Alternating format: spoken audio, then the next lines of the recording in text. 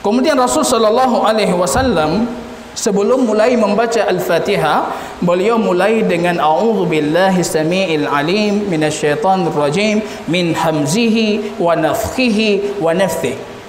Panjang sekali, ganti yang lebih pendek. A'udzubillahi minasyaitonir rajim. Ini tujuannya supaya kita tidak diganggu syaitan. Saya pernah coba terus terang dengan jamaah, kira-kira ketika salat baca tidak a'udzubillah. Semuanya enggak pernah yang baca. Kalau kira bapak ibu membaca enggak, Bu? Enggak ada. Maka salat kita tidak pernah khusyuk. A'udzubillah.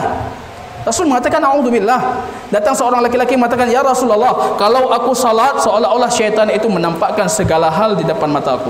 Rasul mengatakan, "Faqul a'udzubillah." Katakan a'udzubillah, faltafal an yasarika thalathan. Meludah, tapi tafal, jangan meludah dengan air ludah. Tafal itu meludah suara aja ada, tapi airnya enggak ada. 3 kali. A'udzubillah minasyaitonir rajim.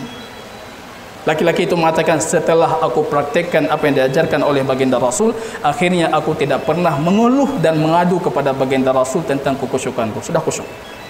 A'udzubillah jangan lupa, Pak. Imam Syafi'i mengatakan setiap rakaat harus kembali dengan a'udzubillah. Tapi jumhur para ulama mengatakan cukup untuk rakaat pertama. Rakaat pertama. A'udzubillah samiil alim minasyaitonir rajim min hamzihi wa nafthihi wa nafthihi. Baru kita mulai dengan surat Al-Fatihah.